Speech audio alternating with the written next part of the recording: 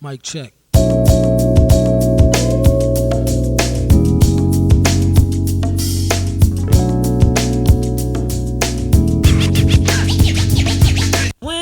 was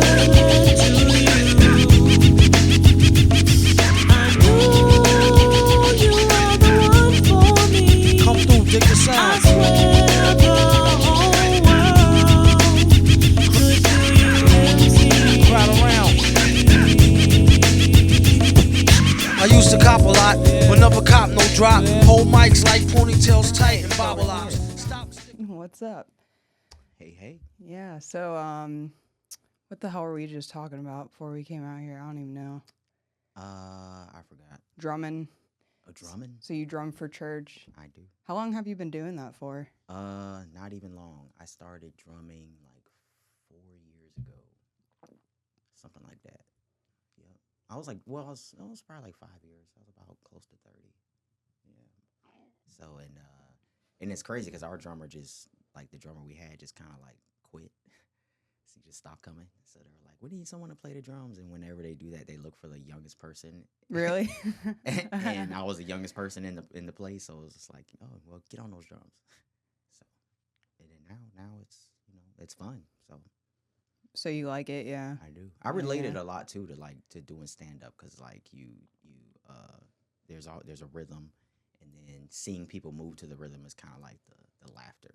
Like that's kind of like the return you want to get. So it's pretty cool to like see people moving, and then the more you're playing, the more they're getting into it. So it's kind of like the same thing. So I like that parallel. Yeah, you feel the energy they're giving back to you. Yeah, it's like the same with like concerts and stuff when you go to concerts and yeah. That's true. What's the last concert you went to? I never went to a lot. I could say the last one I went to was in 2010. That's a long time. What is Jeez. that, 15 years ago? Oh yeah. God. So I was what, 20 years old. We went to see Genuine. And we only went because he's Genuine, so we knew like there was gonna be a bunch of girls there. So we go and we went to see Genuine. He came to Melbourne. And that was crazy because that was like the first time someone maybe as famous as him came to Melbourne as a concert. He did the whole first like 5 minutes with his back to the audience. What? And I was like, this is so weird. And at first, everyone's like going crazy because he just walked in and he's performing and he's singing too. It's not even like he's kind of like how some people just kind of lead the song. They just say a few words and let the track play. He's legit vocalizing. So you're like, whoever that is sounds good because you're starting to question if it's him. And then when he turned around, everyone went crazy. And that's when I realized that's why he did it, like to build everyone went really crazy. It's like, first of all, everyone was going crazy already. And then he just rebuilt like suspense, like, and everyone was just like, is that even him? And when he turned around, and it's crazy because like he's famous and he's and all that and he's great. But it's like, that's Genuine. Like, imagine like Michael Jackson. Yeah. Like, there was girls trying to run on the stage and they were tackling. Like one girl tackled him. She snuck on and made it on stage. Yeah. And I'm like, if I ever get that famous, like, that'll be, I don't know. I don't know if I can make it that famous, but I don't know if I want to be like that sought after though. Like, it'd be nice to be known and be famous as a comedian. But I wouldn't want people like trying to like touch me. Like, that's crazy. Yeah, it's funny you say that because I was just so me and my husband went to Xavier Wolf is a rapper that also does drifting, and he was just in town doing a show in Orlando on Friday night, I think it was Thursday night, and Wednesday we went to like he had a pre-meet like a car show, and as soon as he got out of the car, everybody swarmed him. Like, everybody at the car meet swarmed him. And I looked at my husband. I was like, these are the times that I question myself if that is something that I want. Yeah. Because those are your fans. Obviously, they made you what you are, so you have to give them what they want, But at that point, it's just like, that's a lot of energy. At some point, you got to get to where you're going. Like, people are stopping you. Like, it's crazy to think about. Like, and then it happens, especially nowadays. You become unknown to known like that. So you have to adjust to that life, like like that. I was watching a video the other day of LeBron James after the Olympics. He was like in Paris or something. Some kid ran up to him. It was probably like 13 or 14, and the kid was like standing in his way, like he was walking, and the kid was trying to, hey, take a picture, and he was trying to do the selfie thing, and LeBron was like, stop it, like really angrily. Oh. And at first, you know, it's a kid, so you're like, man, dang, that sucks. And then, but at the same time, like he can't stop for every single person. Like at some point, he has to get where he's going. So it gets annoying to where like there's always people trying to stop you from getting to where you're going. So that part of fame is crazy to try to like fathom. And then he was like 16 years old, nobody knew him. 17, the whole world knew him. And then from that on till now, he's been famous. So he had to deal with that his whole longer than he hasn't had to deal with that. Yeah, his whole adult life, which is crazy to think about. That's crazy to get famous as a child. Like, so. Yeah, it's got to be hard to deal with. So I understand both sides of it. Like, yeah, they're your fans and they provide you what you got, but at the same time, there has to be a line. You know, because you can't be intruding into everybody's personal and then not everyone space. has good intentions. Some people are trying to like really hurt you or do something. You never know. So I find that like fans that are like overseas fans, they seem to all have good intentions. Like they just love you. Like they're not trying to kidnap you. They just like overseas fans, from what I've seen and what I've heard from other people, is just that's the most amazing feeling. Is like going over there because they just love you. Because I could be moderately famous here, but overseas, like someone could see me and be like, "Oh my God, Preach Carter!" I'm like, no one knows me. Yeah. So, I was looking at like my statistics on Facebook. Yeah. And like aside from Brevard County, my biggest following is in the Philippines. So I could probably, and it's not a lot. It's probably like out of 30,000 people, I probably have like 1,000 followers in the Philippines. But they love Michael Jordan, and I always post about Michael Jordan. So that's just how it happened. But like me thinking in the future, 10 years from now, who knows? Maybe I'll have 2 million people in the Philippines. Yeah, and that's where my biggest show is. And exactly. That's where I go to shoot my special. Because that's where I get the most love. So. Those are your people. Yeah. So it's pretty wild. Sometimes it works out like that. I also heard that people market that way too. Like Mr. Beast, how he got his following was he would market his YouTube videos to other countries. Yeah, and I'm just like, yep, that's so smart. That's so smart, man. Yep. So smart. Well, because and all they see is that you're American, and you're doing something. Like they just, so in their mind, you're famous. So if I started marketing my stand-up clips to the Philippines, they would probably think I'm some famous American. Even with the internet, like they have information now, but they just magnify everything that's American. So it's smart. It really is. So. I feel like anybody from America, if they had some sort of talent, could go to any Asian country and become famous. Yeah. They love Americans. Yep, they do. They do. Especially Japan. I know, like there was a famous wrestler that went over there. I was watching some documentary, but like so many famous people have gone over there because like Japanese people love like American culture and like we went over there one year because my husband had always wanted to go. So I was like, let's just do it. Let's save up the money for a year. Let's go. And dude, they're driving around like Cadillac Escalades and like I'm like, how do you even get them down these alleyways? Like the car is bigger than your goddamn house. That's so funny. But they love American culture over there. It's crazy. We have, I think American culture, and I don't even know what American culture even is. No one even knows what it is. But we have the most influential culture. It's like, what is American culture? Like, what is it to act American?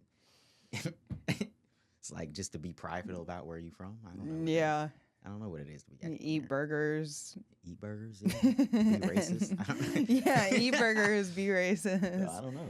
I don't know what American. And we're either Southern or have a Valley Girl accent. There's nothing in between. Right? Yeah. Yep. Every time they try to mimic us, it's always like Southern or. That is funny. So Southern are like really preppy. Have you seen the video where the Asian guy does a white guy impression and he like widens his eyes and he goes, "Oh, that's I'd like gluten-free, please, sir." That's funny. It was funny as shit. It was a great video. Widening the eyes is hilarious. I know, it's great. Nice twist on what white people have been doing since the Vietnam War. Yeah. Reverse racism. That's sad as fuck. Yeah. Oh man, it's crazy. Yeah, I was talking to Kyle. We were talking about Tropic Thunder, Robert Downey Jr. And how like that you can't get away with that today. Like you put a video out, but like I mean, it's a classic comedy movie. It's great acting is what that was. Yeah, it was. Honestly, this, and I don't even want to get like canceled, but like blackface never offended me. It just kind of showed the influence that black culture has. If a person wanted to be black that bad, that doesn't offend me. That's flattering. I don't know why. Is that a lot? That sounds logical to me. Like that's just flattering. Like people want to. It's the same reason why the Asians want to, be like the white people or like the American. You know what I'm saying? Like it's the same thing. It's I don't know why it's just a different view from like most people in the black community are like, oh, that's offensive and all this. It depends on how they're doing it as well. But if they're playing, like I seen this one picture of this girl on Facebook, and she was Aunt Jemima for Halloween. And like, so she had the whole get up and she did the whole paint. She painted her whole body, really, all the visible parts. And everyone was going in. And I'm like looking at this and I'm like, but she's Aunt Jemima. Like she wants to be Aunt Jemima. Yeah. There's nothing wrong with that. If she was any other white character, no one would have a problem. So what is like, are white people just not allowed to be black people for Halloween? I don't like that. Like, I think it's just the internet. And then it's the internet. But there was like some people too that I knew that were in the post or whatever, because someone on my friends list shared it. And then one of the people who commented was like, "Well, why is she pregnant?" And I was like, "What are you talking about?" And because the girl had like the stuffed in, I'm like, Aunt Jemima's not a little woman. Like she's trying to. Yeah. It's just like it's crazy to think. I don't know. It's like some people just kind of try too hard. It's like, nah, bro. Like you'll have a lot more peaceful life if you just weren't offended by everything. Exactly. Yeah. But yeah. Yeah, I was watching a stand-up masterclass, Ralphie May. He has a video online. I don't know if you've seen it, but he talks about how like he has I don't know if it's a joke that he does, but he said it in the thing that I was watching. He was like, when he was little, they were so poor. When he grew up, he wanted to be a black guy, but he said the N-word. And it's just like the way he says it is way funnier, obviously, than the way I said it, but it was hilarious. And I'm just like, yeah, but like people know when things are coming off of that. Like if you're trying to hurt someone, you know when someone's trying to hurt you versus just having fun, and people just don't see that line anymore. They just think everything is offensive. Yeah, literally. Well, everyone has a voice to voice their offense. Whereas before, like people were offended, but they didn't have no platform to voice it, so they just had to get over it. But now we have Twitter and all these different platforms to be like, you know what, I don't like this, and now we know that people are offended. Whereas before it was just like if you're offended, you just deal with it. Like, that's it. So yeah. And because of that though, we have like it changes in person. So more people are speaking their mind in person because they're so used to being able to do it online without no repercussions. So you're getting more hecklers at clubs, and you're getting more, people even just in public in general just saying something crazy. And I'm like, what are you talking about? So I watched it just at my job. Like I worked at my job for 10 years. So I've seen like 3 different like generations of workers come through there, and the workers now, they cussing on the line, like out in public, like, yo, we didn't do that at all when I first, like, it was just like, it wasn't even, we had the etiquette, like, but nowadays there's no, you can say what you want without any type of, freedom of speech is being abused now. So, so you can say what you want without any type of repercussions. So it's kind of changing everything. But in our line of work, like doing stand up, like now you have to be quicker, and you have to also learn how to be edgy without offending, so you don't cause those problems. But people are heckling though. Like, that's the end of the day. So it's just happening. Yeah, it's true. Because like when I was younger, my mom, she wouldn't even tell us who she's voting for. Like political opinion was kept to yourself when I was growing up, and now with yourself. You see bumper stickers. Like I don't need to know what kind of car you drive and who you're voting for, but at this point, I can tell who you're voting for by what kind of car you drive. The internet basically sensationalized taking sides. So it's like, because now there's memes about it. There's, everyone's posting their opinion. So it's like it's Apple or Android. It's like no one can be cool with both. You have to love Jordan and hate LeBron, or love LeBron and hate. It's like everything is one or the other nowadays, and it's so crazy. It's like, why can't you just love both? Like, why can't we? Why can't we get, or hate both? Or whatever. Why can't you just be independent? But that's how it is. It's liberal. It's conservative. It's red, blue. Like everything is just line drawn, and that's how and it's always two. Like no matter what, it could start with 3, it could start with 4. It was Cole, Kendrick, and Drake at one point, but it's always gonna come down to 2, no matter what. So it's a weird, but it's like I don't know if it's like a human nature thing or what, but now it's so sensationalized. So because everyone wants to be prideful on which side they're on. Because they have nothing better to do. Nothing better to do. Nothing better to do. I mean, the internet too became something to do when there's nothing to do. When it's really just nothing. Like you really just scroll. You're really doing nothing. But I'm in your guilty of it mind, too. you're doing Yeah, something. yeah. So yep. Yeah. Passing time. But I will say where we're from, I mean, it could just be because we're in the area we're from, but I run into more people like us than not. It is very rare I run into a person that is so trapped in that mindset. And when I do, it's a 17-year-old with blue hair. It's like, it's not a person yet. Yeah. It's just a being that's still growing and doesn't have a prefrontal cortex. So. I think it's wild to grow up in today's society. Like, that's crazy. I couldn't imagine, like, being a kid, like, now. Like, nothing's private.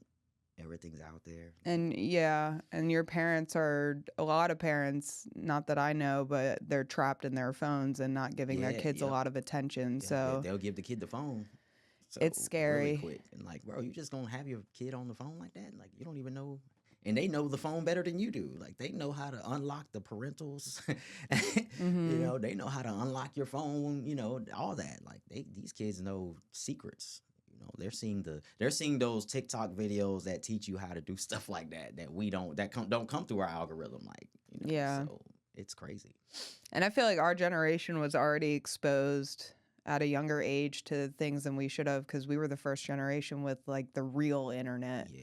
And to see what kids are probably getting exposed to much younger now, because parents are giving phones without realizing that security ain't blocking nothing when your kid's got a VPN. Right. So we was worried about AOL. AOL didn't even when we were kids we didn't even have a web camera. We were talking to some dude in Oklahoma. Chat roulette.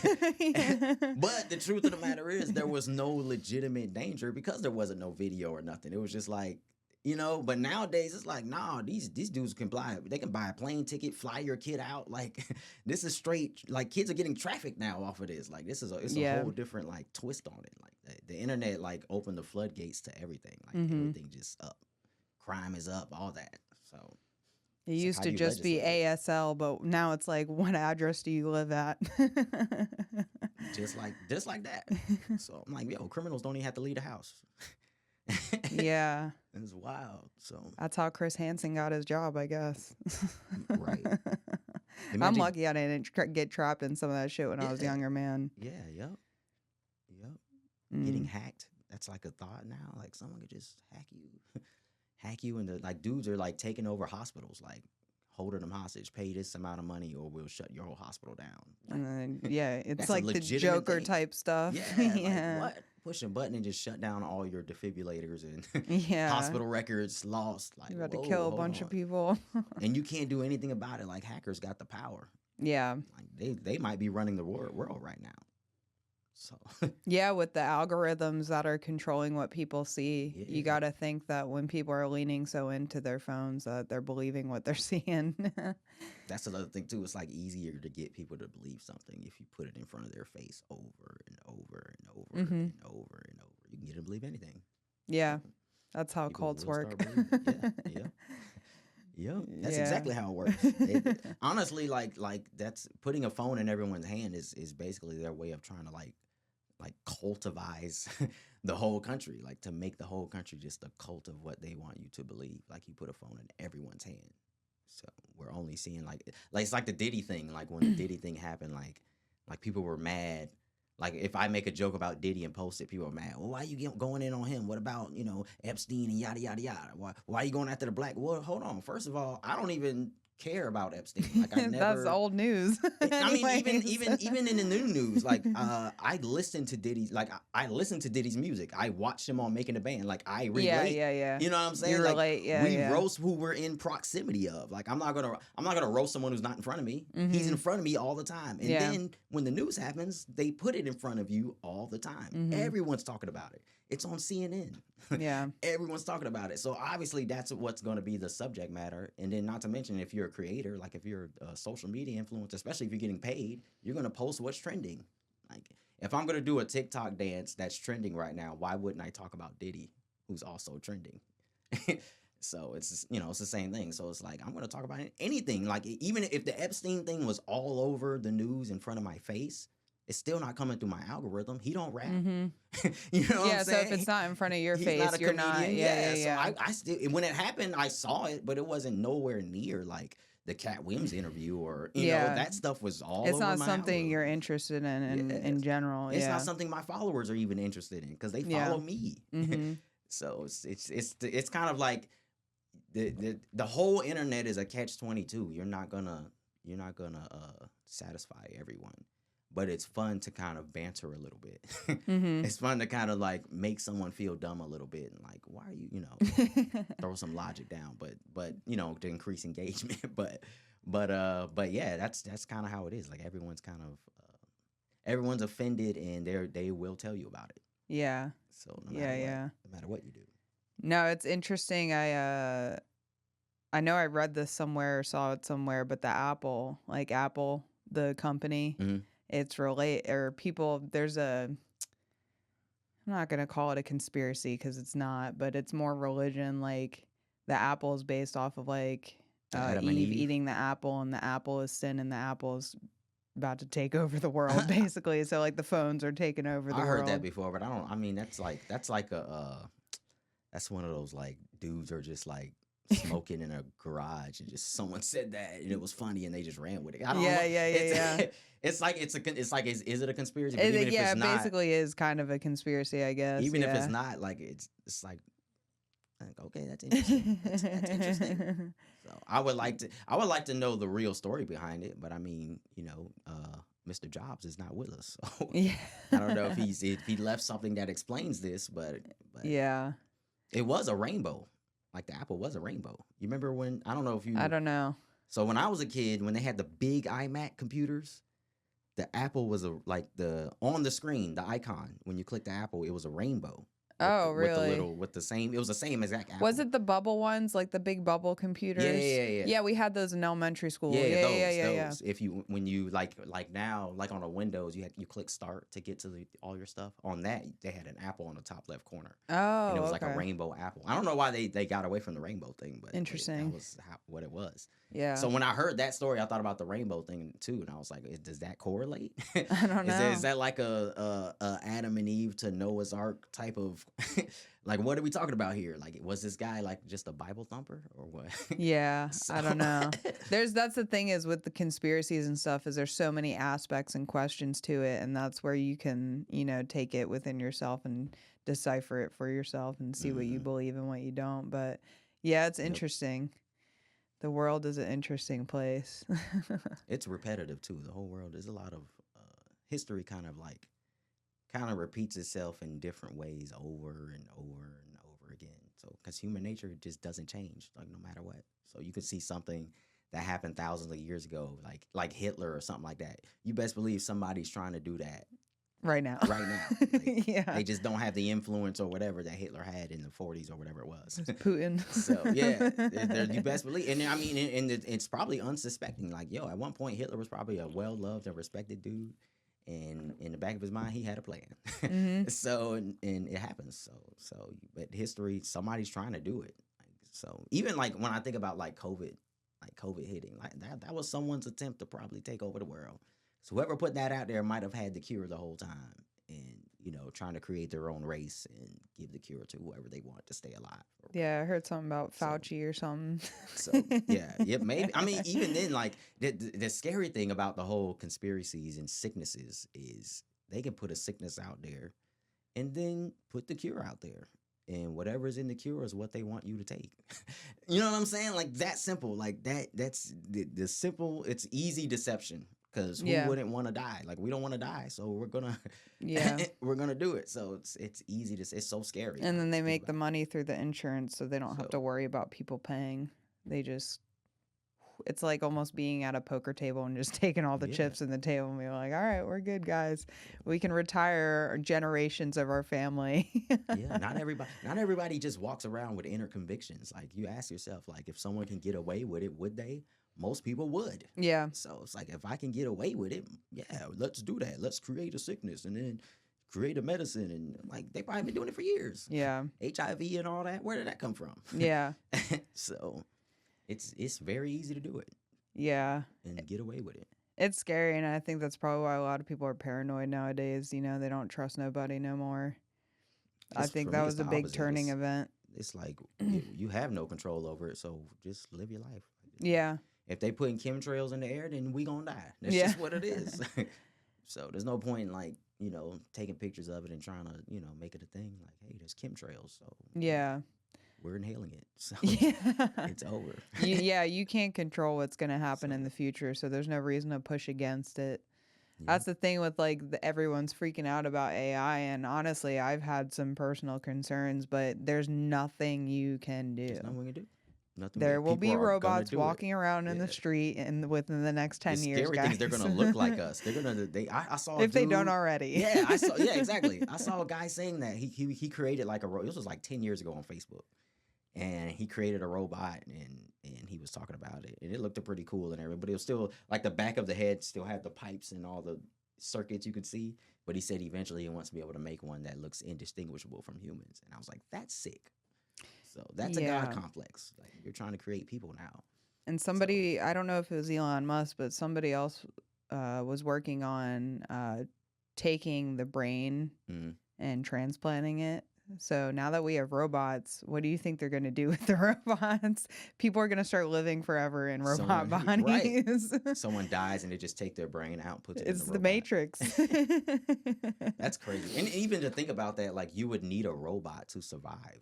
Like if I'm a barber and I'm in my mind, I'm a barber. They can't replace me with a robot. Yes, they can. They create a robot that can cut hair as good or better than me. Then I have to hire the robot. Mm-hmm. So I'm gonna have to get me a robot and send the robot to work, you know, in the barbershop. And that's the only way I would be able to survive. So I think that's kind of the scary thing is like, why wouldn't Walmart hire a robot, you know, or get a robot? And all they got to do is make them expensive, and every person in the household, it's just like a phone. Everyone would have to get one, send him to Walmart to work, you know, and Walmart just, you know, does it like that. Yeah. So I think that's the only way that'll work. And then you pay for upgrades. I want my robot to learn how to cut hair, pay for the upgrade. Or you upgrade yourself with a fake arm. Or if I'm the robot, well, eventually, it will come to that. If I'm the robot, I could just upgrade. Just get the arm, bro. Just go to Best Buy and get the arm, bro. Yeah, I get the arm. Oh God, that's what's happening. The comedy specials too. That's crazy. When I see the Carlin, did you see that? No. They made an AI George Carlin comedy special. So, which they use, from what I understand, they use writers. Like, so it wasn't 100% AI. Like, AI didn't come up with the jokes 100%. Yeah. But they use writers and stuff. But it literally sounds just like him. And it's like, if someone could do that and it sounds just like him, and the video didn't look real. It was kind of like a Pixar, Disney type of look. So it didn't look 100% real, even though like some AI videos looks like a real person. But it sounds just like Carlin. So he's telling his type of jokes. So it's with his cadence and everything. That's crazy. And I'm like, if they can do that, then why would I go see so and so if I could just go to an AI production for way cheaper, or why would Netflix go here and pay you for a special that they can put on their platform if they could just make this AI thing? Yeah. You know? It makes me think if there'll be any like not push against it, but to where like we're still human, right? Yeah. So if you're going to an AI show, are you really going to be feeling any energy out of that thing? Well, the thing is, that's where I feel like the live shows would probably get better. Like not better, but it'll be more of the thing, mm-hmm. You know, because honestly, watching the AI special and watching a special on Netflix, there's honestly no real difference. So going to the show would be the only, pull from it or whatever. But I think that for money wise, the money would have to transfer to the live. Like I would have to be able to make as much money from the live show as Netflix would pay me for a special. Yeah. Like that's what I think would have to happen. Yeah. It's like, well, now I need more money for these shows.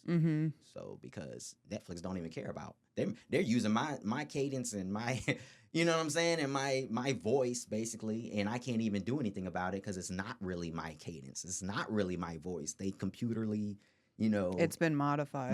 Yeah. No matter how much to the human ear it sounds like mathematically it's not my voice. So, it's not you. Yeah. So I can't even. It's you. The artist literally can't do anything about it. So it's like they found a way to steal from the artist and the artist can't do anything about it. And this started way back when they did that hologram.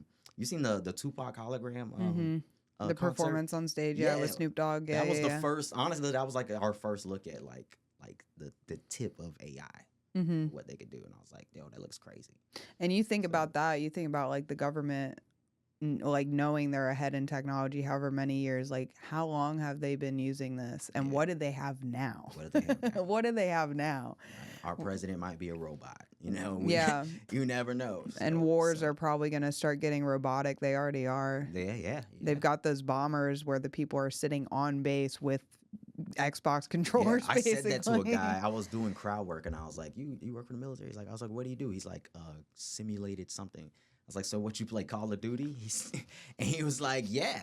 It's basically, and that's really what military is like. You got to be good at.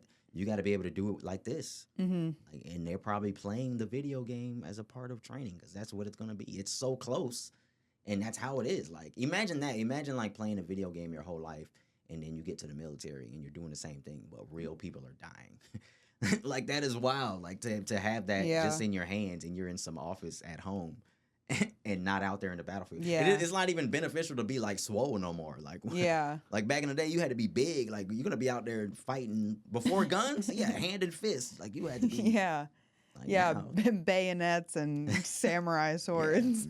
Muskets with knives on the end. You only get 2 shots, and then that's it. You got to use your knife. So. Oh, geez. Yeah, I mean, imagine them just controlling robots and just like invading towns and stuff and whatever. That's I don't know. Yeah, they but over, like the cartel. Like, what are they doing in Ohio? They're like taking over apartment complexes and making people pay extra rent, and they could do that.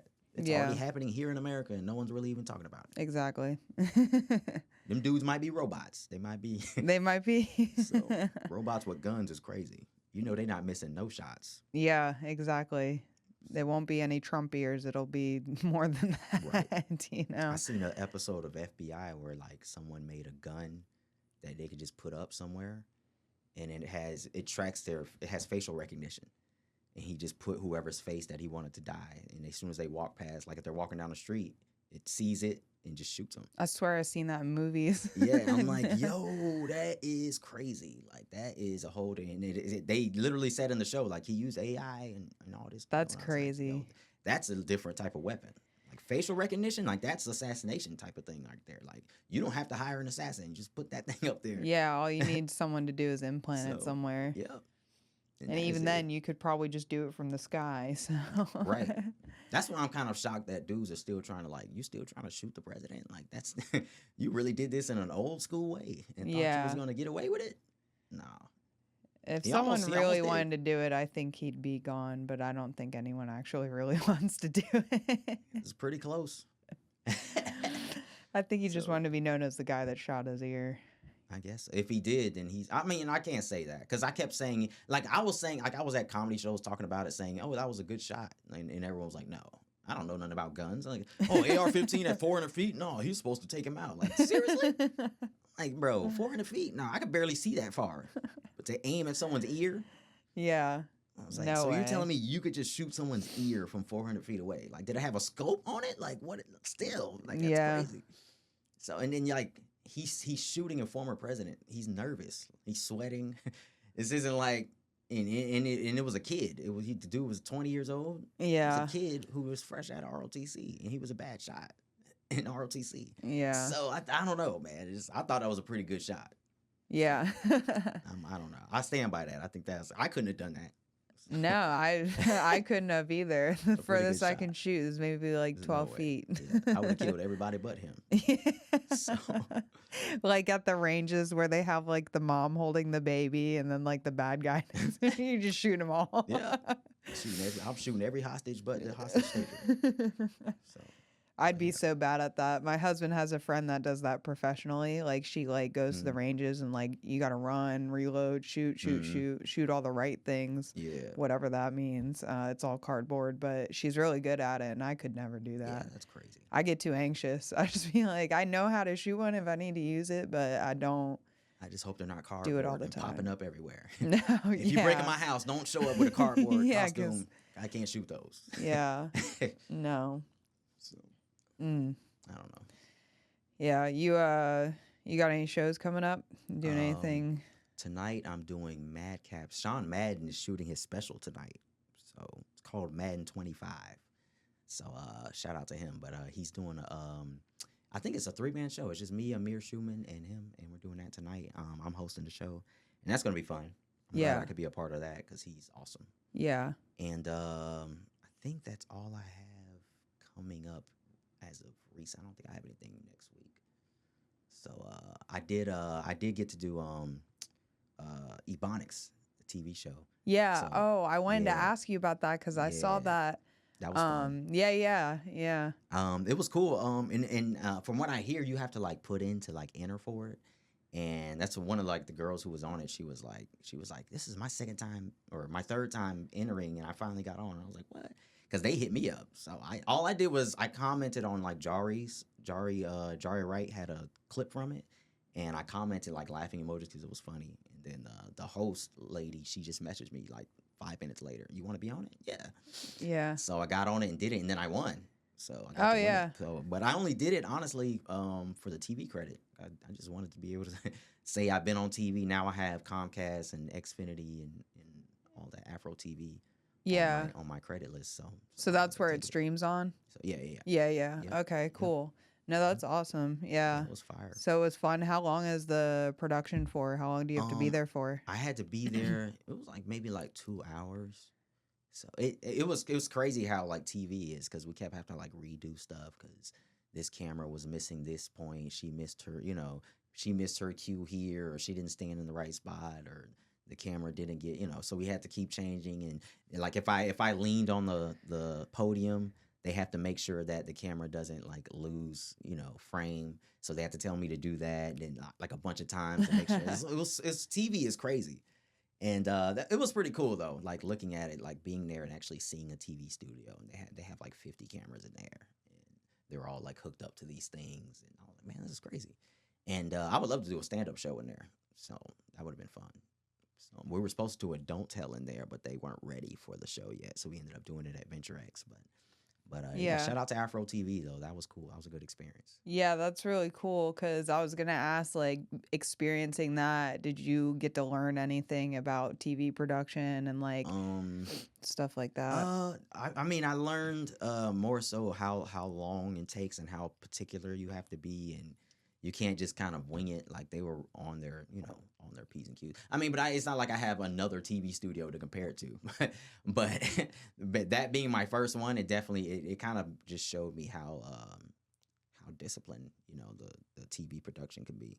Like you have to watch what you say and all these different things, and we had to wear certain we couldn't wear stuff with a logo on it, things like that.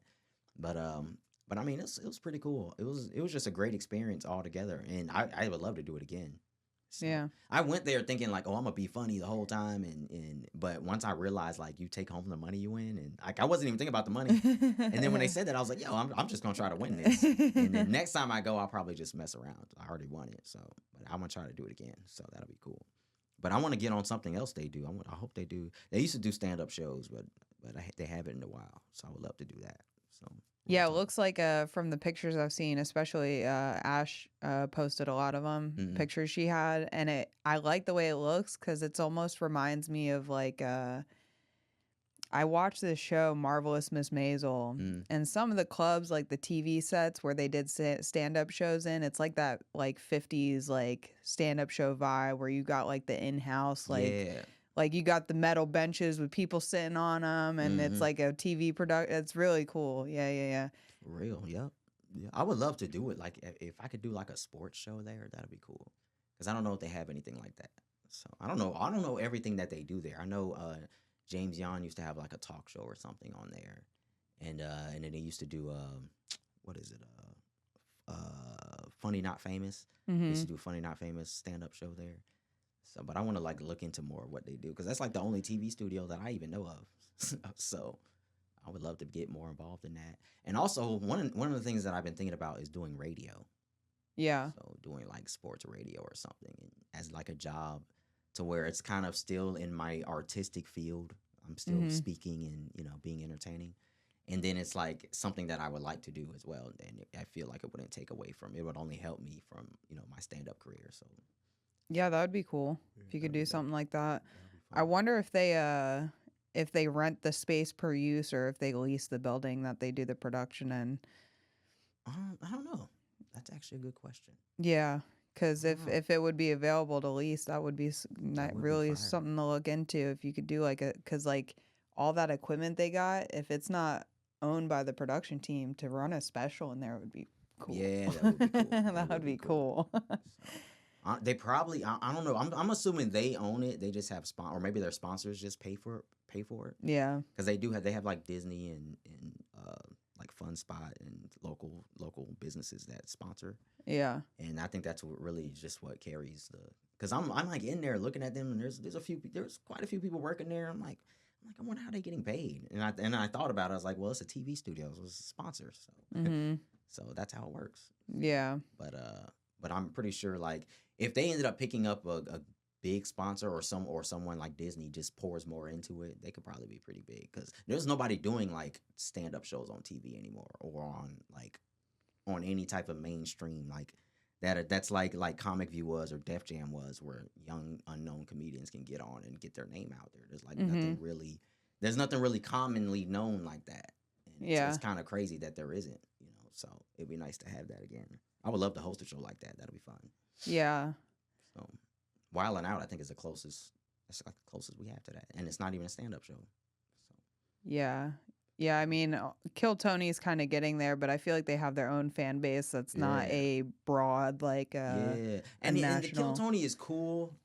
It's just that it's for open micers too, so it's kind of like it's a specific fan base. Yeah, it doesn't really work towards like comedians who are established trying to get their name out there and they get 7 minutes on a TV screen. Yeah, not like Last Comic Standing. Yeah, something like that. Last Comic Standing was amazing. So that's another great one. But if there was a show like that, it could be kind of like Kill Tony, but they get 5 minutes or something like that, to where and there's actual comedians that are screened. They do their audition or whatever and let them go on. That way they're actually because as great as Kill Tony is for the art and for the industry and all that, it's also kind of does disservice to where like that's who they let go on. It can do a disservice as well. So it's like, dang, this guy just got famous and he's not even good. He's just entertaining. You know what I'm saying? He just got on his minute and got entertaining and blew up, and he's not even really like good at the craft yet. So so people can kind of blow up too soon. Kill Tony. So which could help if they're willing to put in the work, to catch up. So because even like with social media influencers who just make skits and then they get into the comedy clubs and they haven't even wrote 5 minutes yet, they kind of blow up too soon. But the ones that are willing to do the work, I'm going to do this stand-up thing, they end up being okay.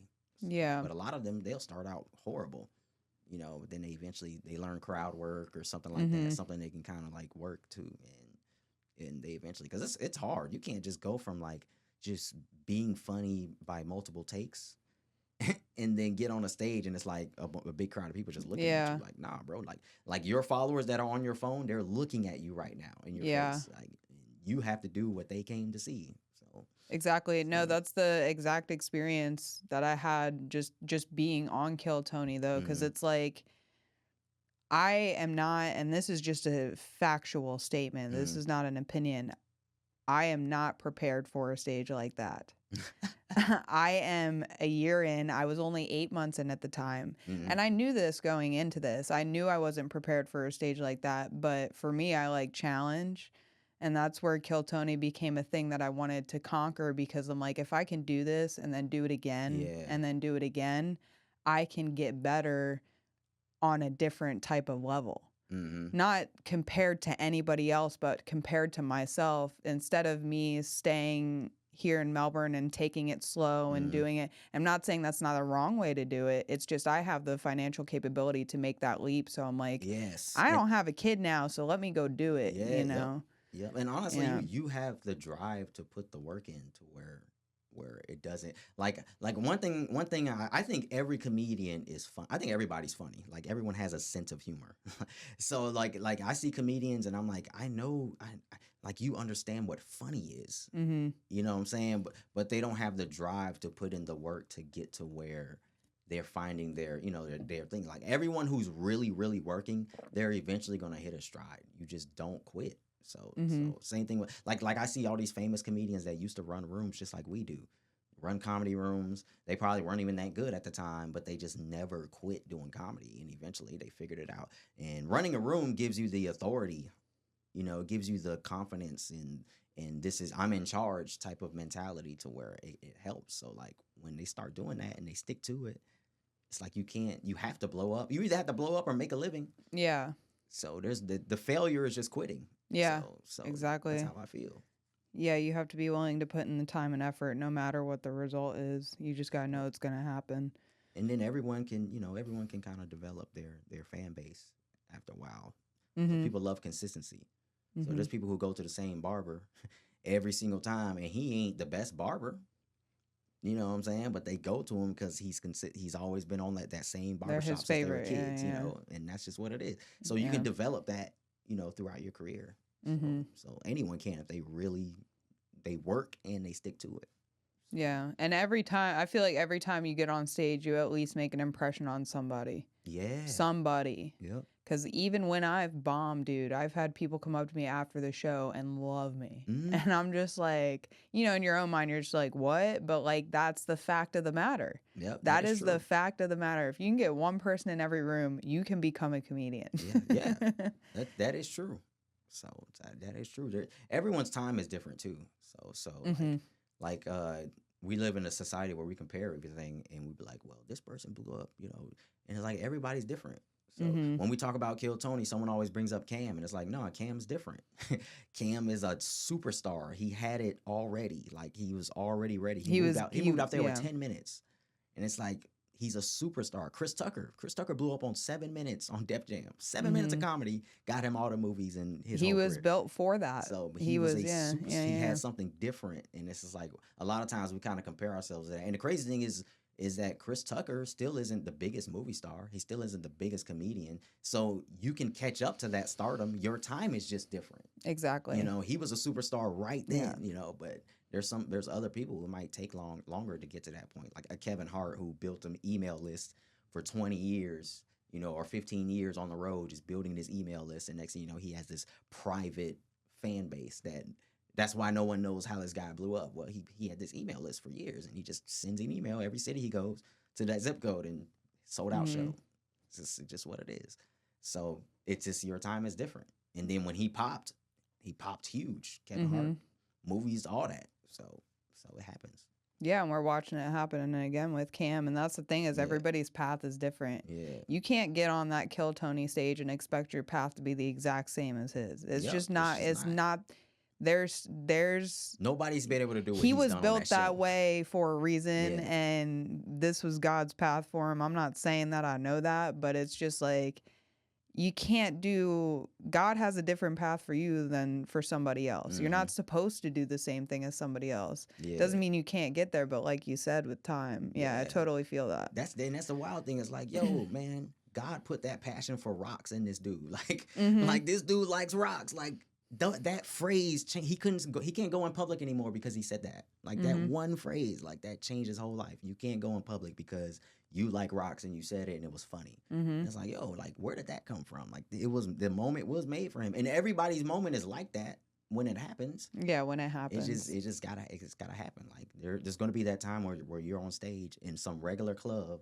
and so is going to walk in and be like, oh, you should go on the road with me. And you're like, oh my God, Mm-hmm. so and so took me on the road because he just happened to walk into the club. And everyone has that story. Yeah. So Steve Harvey has I was homeless, and then I couldn't even drive here. And then all of a sudden I got a call from this club, hey, do this show. And next thing you know, he can get all the way to New York and be on TV for the first time because in a matter of 2 days, his whole life changed and he was about to quit. Yeah. So it's just everyone has this story of how they made it, but the win is the part that's always going to be different. Yeah. But everyone's blow up story is very similar. So they moved or they took a risk, took a leap, and eventually it paid off. Nowhere in there does anyone's story have I quit. Yeah. So yeah. So at the end of the day, so they just kept going. Exactly. There was a lot of people who almost quit. So just keep going. Yeah. That's the motto of the day. Yep. Do you have the time? You know what time it is? It is 4:19. Oh yeah, we're good. We're good. Yeah, but it's a lot. It's a lot sometimes when you bomb, especially. Yeah. I will question myself right after, but it doesn't last as long now. Like I'll cut off those thoughts pretty quickly and get to like, oh, what can I do better instead? But it can get tough sometimes. So I get when people quit, but it honestly feels like comedy is like the ultimate weeding out of people. It's just it does that, and it's like a natural cycle. The excess fat gets trimmed over time. And I'm not saying I might not be one of those people. In my mind right now, definitely not. But I'm not trying to have an ego about it or nothing. But that's the thing that's so weird about comedy is like the more you do it, the longer you do it, the more you know, I guess, you know. Yeah. And you'll never stop learning, I guess. Yeah. I mean, you'll pick up like tricks and things like even like things aside from just having great jokes or whatever. You'll pick up tricks in different things and different things that you can do to where it kind of carries. Because I get stuck all the time on stage. So people would never, I don't show no nervousness. So I don't show none of that. Like that's just like, and it's people are like, oh, you're naturally, it ain't natural. This is on purpose. Like it's not natural. This is something that I know. Like you don't have to be confident. You have to look like you are. So I know. And until you are confident, you look like you are until you are.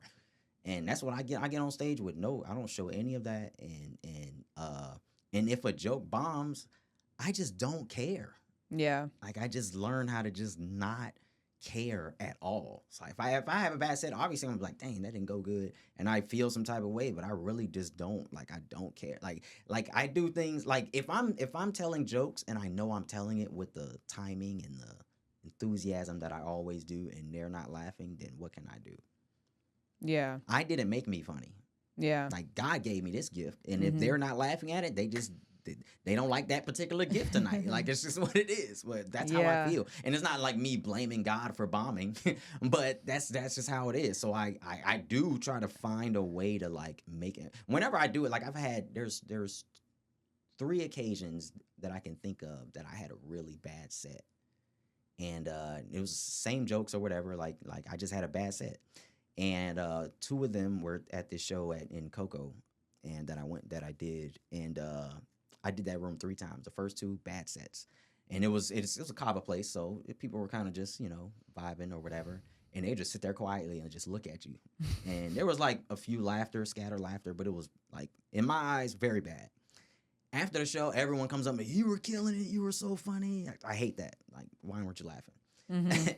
And the same thing happened the next time I did it. I did it like literally a month later, and then I was like, man, I gotta figure this out.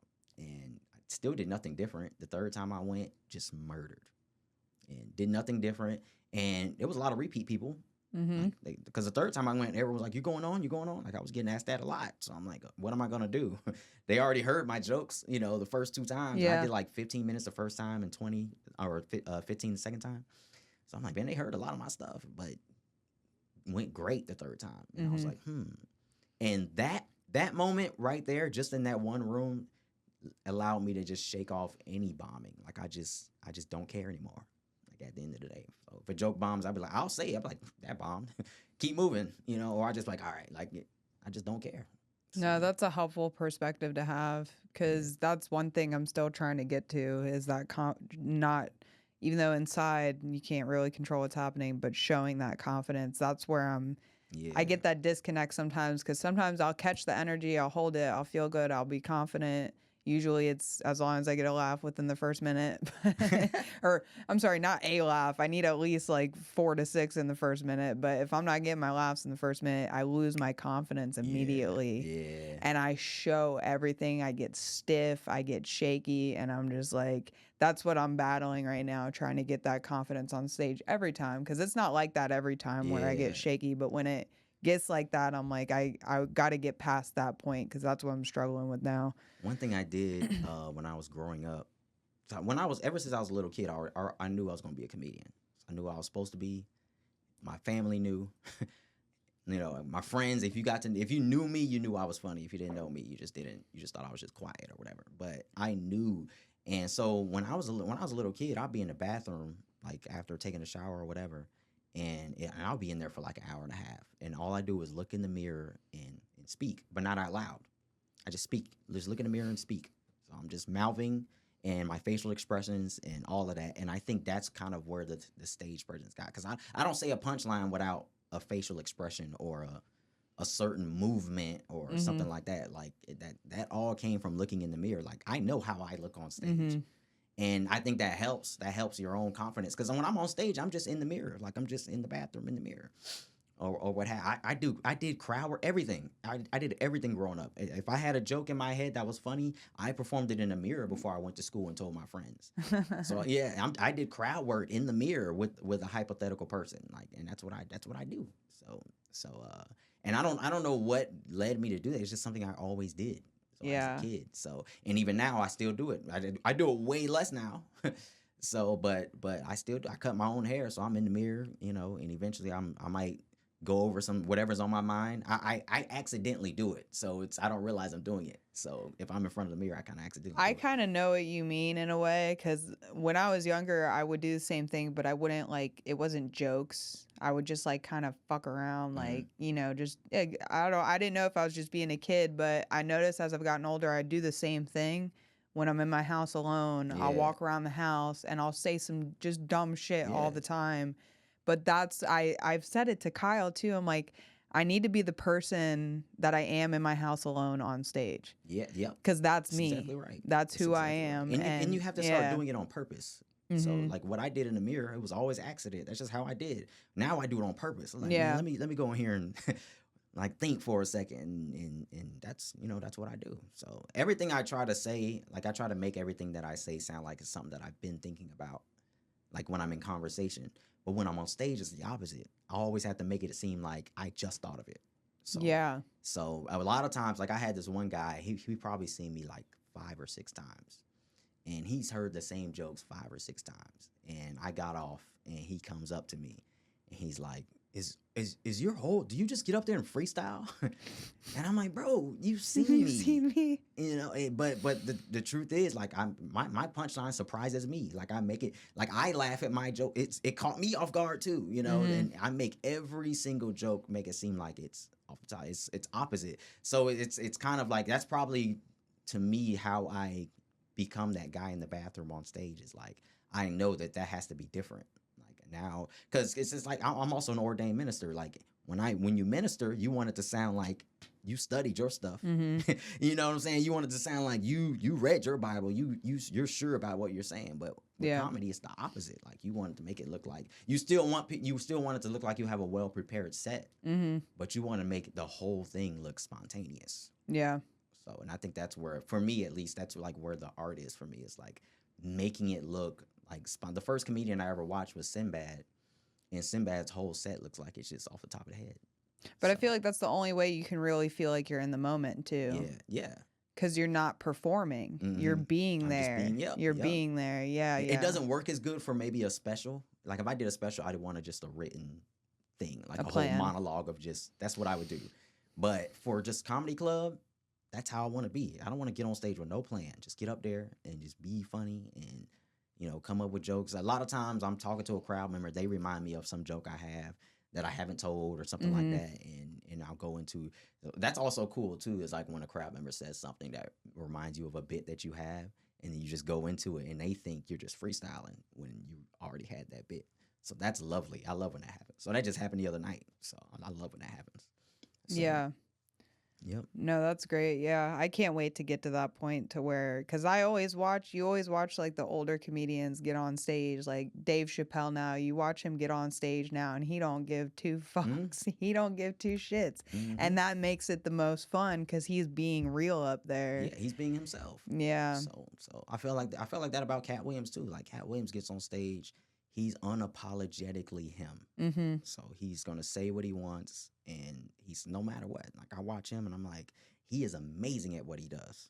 So he does this thing. Like I was watching, everyone's favorite special is his first one, that Pimp Chronicles, where he wears that green suit, and he probably had the best jokes in that one. My favorite one is the second one, but on the third one, it's Pimpin'. In 2008, he dropped a special. It was probably when he was at his best. And what he did was every single word he said, he moved with it. So he's moving like he's saying stuff, everything he's saying, he's moving with it. Yeah. It's I bring it back to like playing the drums. It's like he's keeping a rhythm. He's keeping a cadence, and he's making sure he stays. Whenever I play the drums, if I move to the beat, like move my head, it helps me stay on rhythm rather than just playing. And he's doing the same thing. He keeps this same cadence all the way through. And I'm like, he was never better than he was in that special. And it's not even his best special. He was at his best. You know what I'm saying? It's not his best. It's probably his best special, but it's not his best jokes, I should say. That's probably his best like performance that I've ever seen him do. And it's like by far. So like as a comedian watching it, you'll see like the difference between like, because even in that first one, he would fumble over a punchline a little bit. I started noticing, didn't notice that before. But now that I'm doing stand up, I'm like, So, but it's pimpin'. And I think he might even agree. Like, because he's so intelligent, artistic. Like, he knows, like, that was probably the most immaculate stand-up performance that he's put on tape. So I bet you if you look at the audio file of it, you can probably see the audio waves identical with each word. Rhythm. Yeah. Oh, and a rhythm. Because I notice when I'm editing the podcast, I can see when I'm talking, I go in a rhythm. It's like a wave like this. I think everyone everyone has their own thing. Everyone has their thing. They just have to learn how to line their punchline with the rhythm. Yeah. So some people don't. Yeah, once you figure that out, to emphasize or enunciate that punchline, so you have it. Like that's really finding out where your rhythm is. Like once you find that out, so I get on stage and talk with comedic timing. So where I don't even have a joke, I'm really rambling. Where most people would rant and say, "Man, I'm rambling." Me, I'm saying it in such a timing that they don't realize I'm just rambling, trying to think of another joke. They're laughing at the stuff I'm saying, and I'm not really telling jokes. I'm just yeah. You know, and they're catching they're laughing at my rhythm. It's almost like some people listen to a song, like some people say Drake's my favorite rapper. Why? I like his voice. Ain't saying nothing about his lyrics, you know, or I like the baby. Why? Like the way it sounds. Beats he be on. What the beat? That's not him. That's the beat. You know. So and then some people that's how some people relate, or some people listen. So some people just like your cadence. So everything you say, make sure it's in that cadence. Yeah. You know, and there's people who do like your jokes. So make sure you're doing those jokes in that cadence. Now you got two audience. You know what I'm saying? And that's really how it works. Like, if you can put the music together. You know what I'm saying? And music is the best example. Like, if you think about Drake, the reason why all his songs are hits is because he takes a piece of some other song that was a hit, that was in the 60s, 70s. Yep. So now older people are hearing Drake, and they're like, hey, they're sampling. They don't even know. They might not even know it's a sample of something that they heard. Some of them might, but some of them don't. And it's crazy. He's subliminally doing it. Kanye does it too. Yeah. So, and they make, that's how all their music is Gold good. Digger was sampled from a song back in the 60s. Yeah. Ray Charles. So, but yeah, he, that's, you could do that with comedy. Like, Alex Garbo, shout out to Alex Garbo. He's a comedian. He sounds like an old school comedian. He sounds just like Norm. Like, his cadence is just like him. Like, and so old people just love him. They don't know why. But he's 19 years old, but he just sounds like that. And then he's doing like the most dirtiest offhand jokes. And then he looks like Zach Morris. So he's getting the young people too. So I'm like, man, he's creating a relatable demographic for himself just by being a wide range of, you know, of comedy. So I'm like, man, that's amazing. Yeah, and you can only be in that cadence that you feel when you're really being yourself. Yeah. No, comedy is wild, man. I learn shit every fucking day. Every fucking day. Yep. Yeah. Whether you want to or not, if you're doing it, you're gonna figure something out. You're gonna learn some tricks. In 2 years, I feel like I've grown so much, and I didn't even think I could grow that much.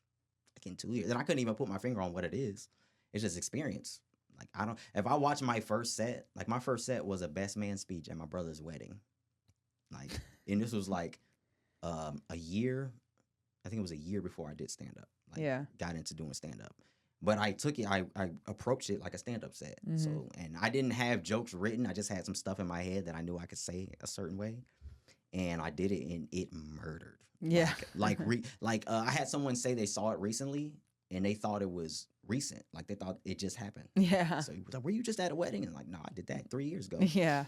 And, but yeah, it murdered. Like, I still watch the video to this day to kind of remind me, like, and I can't, like, even watching it, I couldn't tell you, like from that video, I can tell you maybe from my other old videos where I'm different, but on that video I couldn't tell you. Yeah. Like I almost hit my leg, like I had to stop myself, but I almost it was the same. Like it was very weird. That's I crazy. know I've grown so much, but if I was on point like I was that day, then that's the best I can be.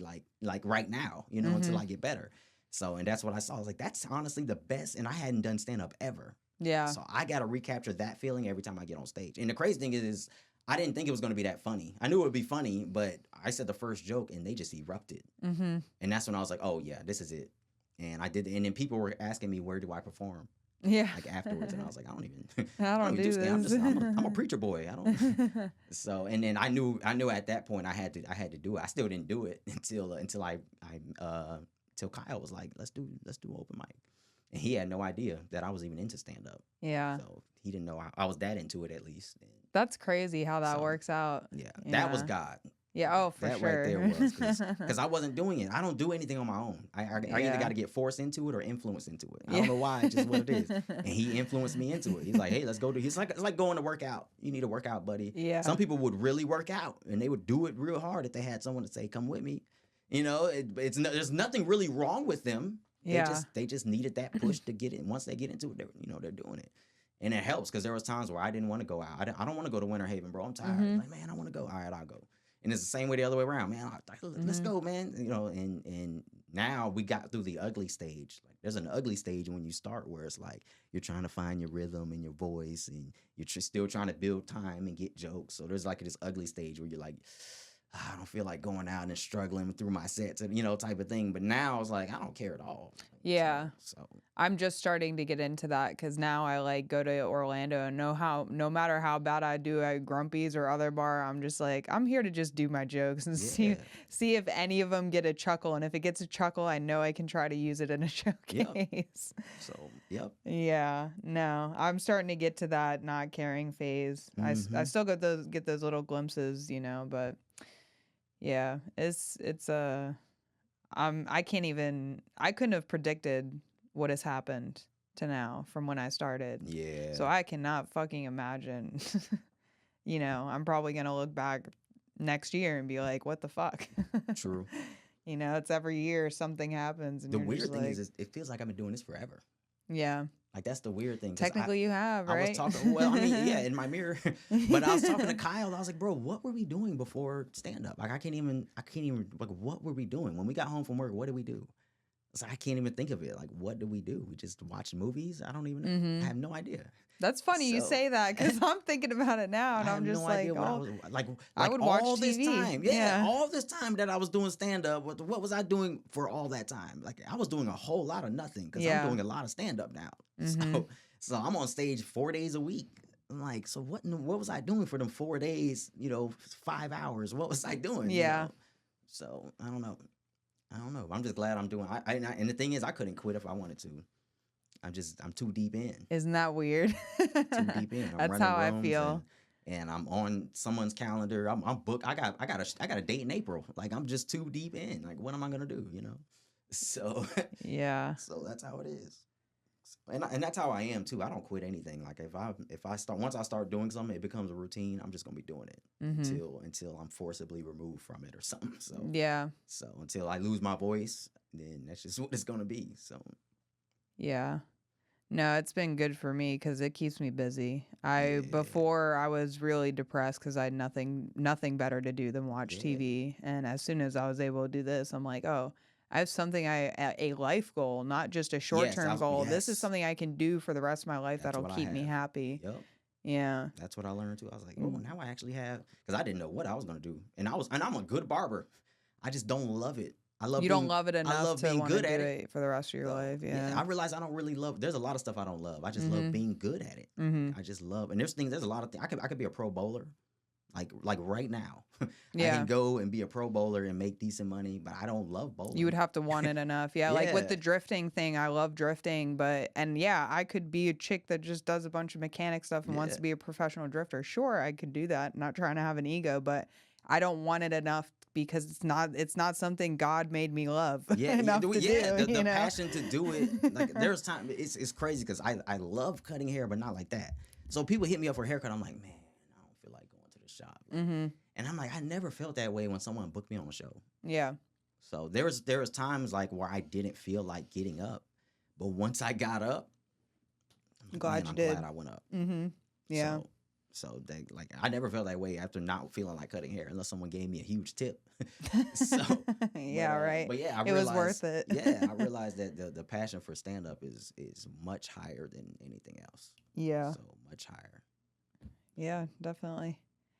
I mean, we can pretty much end it on that. You want to shout out your shows, like what you run and stuff, and anybody want to try stand up? Shout out to Chumley's Wednesday nights, 10 o'clock. That's the show that I host. I'll be there every Wednesday. I try not to miss any Wednesdays.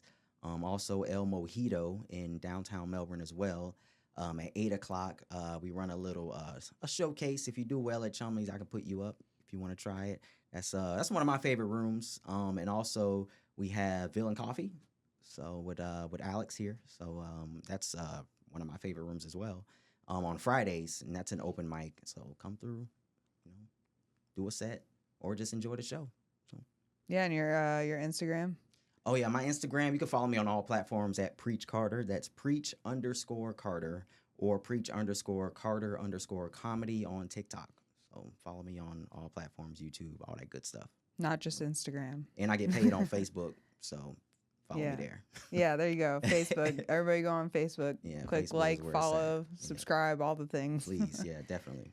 All right, thanks, Preach, for coming out. It was fun. Thank you. It was very fun.